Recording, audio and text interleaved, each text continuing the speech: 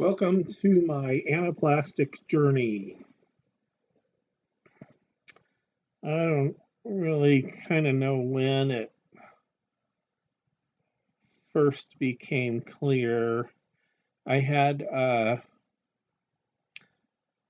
started noticing that when I was looking at my phone, the icons to the bottom left of where I was looking would disappear. And part of it was I had changed the background color to black because I'd heard that uh, saved battery.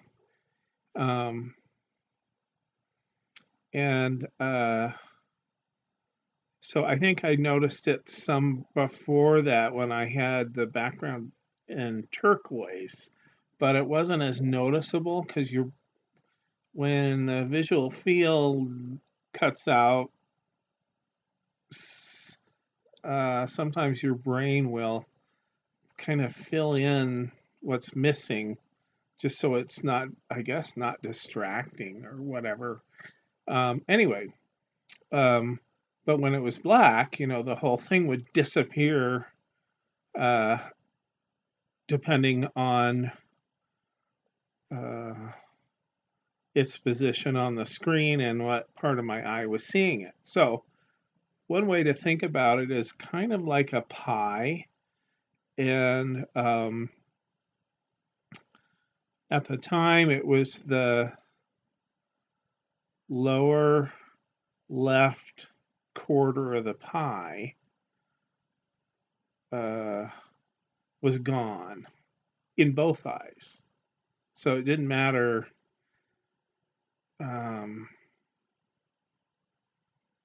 I don't know how to describe it.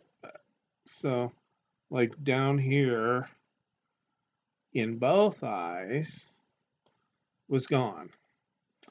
And I think since then it's maybe progressed a little bit more to the whole hemisphere or whatever.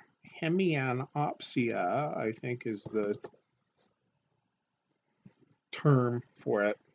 Anyway, so I thought, oh, something's going on. I said it could be three things. It could be, what was the, it could have been a stroke, which is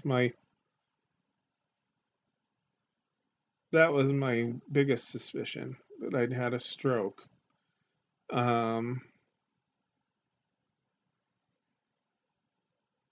It wasn't,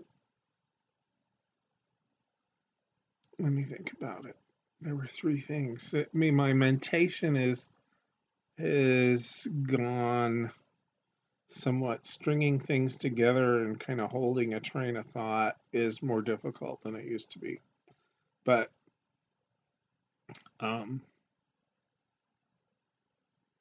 so what was it? Stroke, brain tumor, or something else. Anyway, so I went in. I had what's called a visual field test. It was just a kind of a rudimentary one, but did show lower left quadrant visual field loss. And then my very good primary physician heard about it right away and said I needed to go in for testing, CAT scan, MRI, and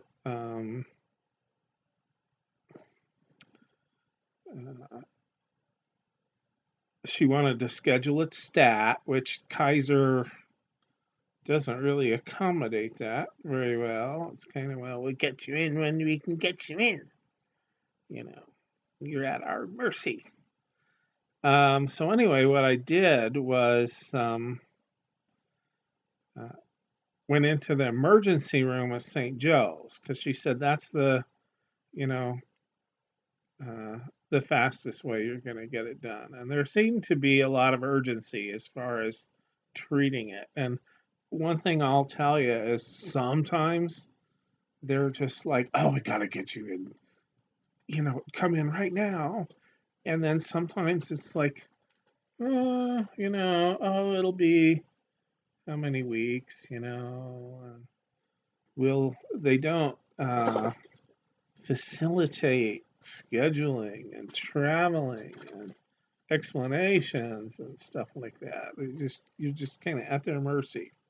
Anyway, so I went in to the emergency room, and there were all these doctors, and I go in, they give me an MRI, come back, and the emergency room doctor kind of looks like a deer in the headlights, and you have an inoperable brain tumor.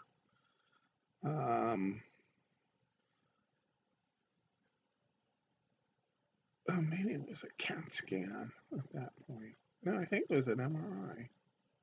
Anyway, so they scheduled me for a biopsy, which I guess with your brain, any invasive procedure is considered surgery. I mean, it's serious shit. And they scheduled me for a brain biopsy. Of course, they don't want to take too much out. They're really careful, supposedly. And so this brain biopsy sounded like it was like a 2 millimeter piece of tissue, tiny. And yet, when I came out of that, I felt there was a deficiency. Just that little bit that they took out did have an effect on me. Anyway, but they needed to do that to determine what it was.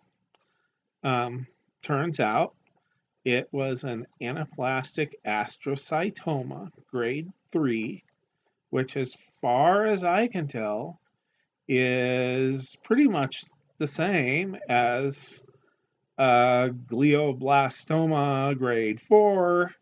In either case, it's kind of like the shits, nothing we can do about it. You're going to die from it. And my tumors were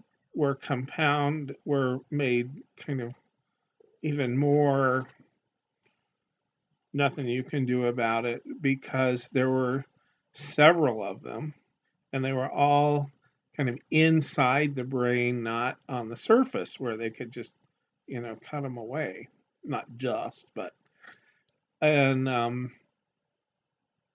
so I guess they would have taken more tissue if they could get at it, but they couldn't. So, and I'll put a picture up. I called myself Zipperhead because I had this long row of metal staples down the back of my head from where they went in. I don't know, huge thing for 2 millimeters, but.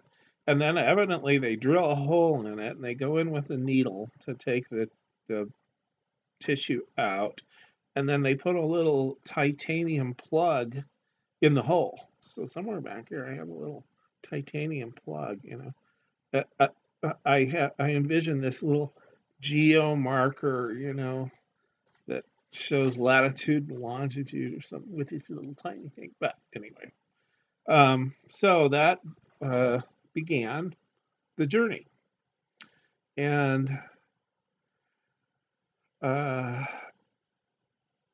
when the doctor came back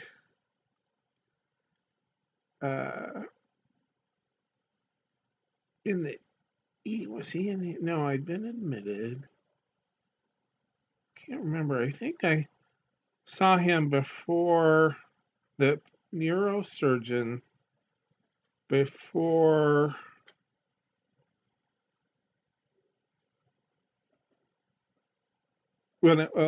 okay, I had a consult when I was in the ER, and when I was admitted through the ER, and he came in, just sort of appeared in the next morning and said, well, it's not good. You have inoperable brain cancer, and it's in your brain. And I'm retiring next week, and we'll call you to schedule an appointment and talk about the the biopsy.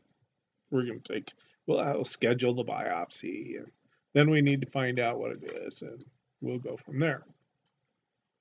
And literally, that's about the entire time he took, and off he goes. So, that's kind of the first part of the journey. In the first part of the journey, I was looking at a broken head. Anyway.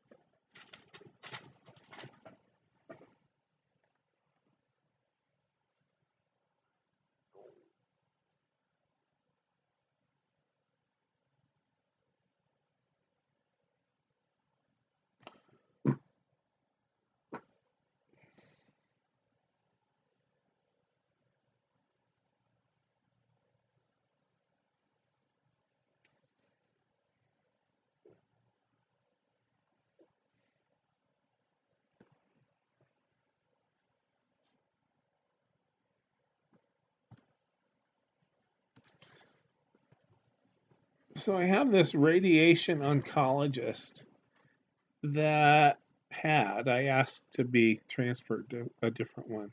Can't deal with it. Um, but a couple times, it's really only a couple times, I felt bad, or I had some questions about the radiation treatment, or I guess the treatment in general. So one time I went in for the radiation treatment, and afterwards I just felt significantly worse. I was like, ooh, it just wiped me out. And it was right away. And I noticed that when I'd had it, during it, I kept smelling this really strong smell of ozone, which I just figured was the high energy radiation particles just frying me. Um, so, but anyway, I just said, wow, it really wiped me out. And I think it was the next day I came back. When I came back the next day, and I said, God, that really got me yesterday. And she calls and she, oh, I better have you see him. So I go in, wait around for him. I always wait for him a long time, it seems. Or not always, I haven't done it that often. But so he comes in and he's like, well, if you don't like the treatment, I said I felt worse and I wondered, is this unusual? What should I expect? Well, if you feel that if you can't tolerate it or if it's not helping you, you can just let it run its course and like kill you off. I mean, I was like, what? Oh my God. I just, what's that all about? Do you think I'm using too many resources, or com- am I complaining too much? I, I didn't even, it's just so out of left field or whatever field. Um, so he's done that. That's like the third time he's done that. And I'm like, you know, I don't want to even deal with that anymore. Give me a new radiation oncologist. Don't explain. I don't want you to try and be an apologist or anything. Just get me away from that man.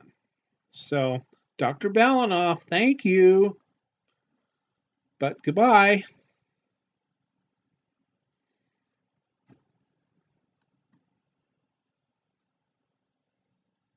It's kind of similar to what was his name?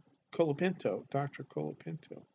Wonder if maybe all radiation oncologists, maybe that radiation is leaking out and it's damaging their brains too. I don't know.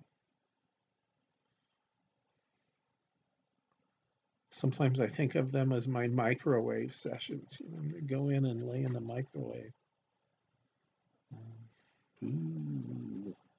I do wonder about some of the causes. I've worked with polymer clay, which is polyvinyl chloride, for a long time. I have briefly, but maybe not carefully enough, worked with hydrofluoric acid for etching glass, which I tried etching some beads one day. Um, we also have some old, I don't know, I think it's Fiesta ware that I've heard is radioactive. Could that be it? You know, uh, I did have a relative whose husband, so no relation, blood relation, died of a brain tumor. Um, don't know what kind that was. So not really sure. And God knows all of us have had plenty of exposure to uh, toxins. And some people have exposure to radon and, gamma ray bursts. Hell, maybe I have exposure to some galaxy 100 million light years away. Um, I do worry about uh, you know, the, the radiation is implicated in causing cancer, and then you're getting radiation to eliminate the cancer. Eliminate. That's kind of strange. And the chemo, this Temodar, which its claim to fame is that it crosses the blood-brain barrier. So I guess because it's fat based or something, it'll cross over. Uh, but now I've been reading more about the Temodar, and it's like, okay, so you get this Temodar, and then it just multiplies the mutations by like 1,000. So it's damaging the genetics just so much further than if you didn't touch it at all or didn't use it. And so that's creepy. Uh, and there's this other thing that's like, sounds like a TENS unit. And I'm just tempted to wear my TENS unit. Um, but it's just electrical stimulation or electrical waves that evidently uh, it almost sounds like they almost stop the growth of the cancer. But it's continuous. You have to wear this thing all the time. But hell, if it'll keep me alive, I'll wear it. You know, obviously, I don't care about my appearance anymore. Uh, I try and wear clean clothes, but I'm not ironing, and I'm not gonna iron. I'm not really trying to match colors or anything anymore. And you know, the other thing is, money. That's a whole other thing. But so so there.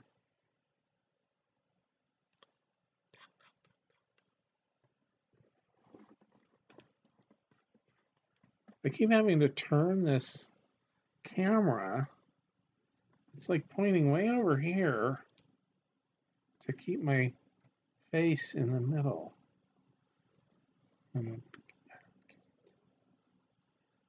So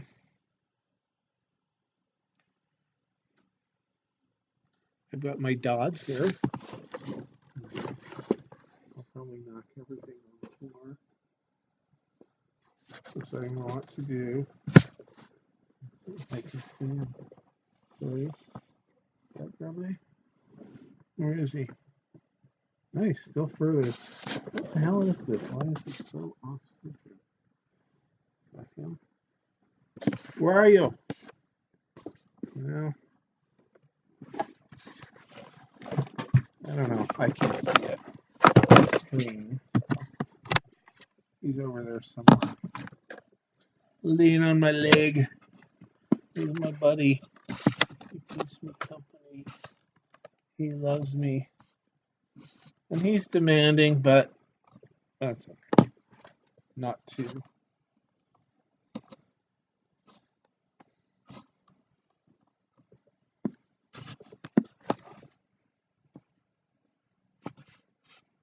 When I look at this, if I look at that pupil, this eye just sort of blurs into it, disappears. It's kind of this blurry area.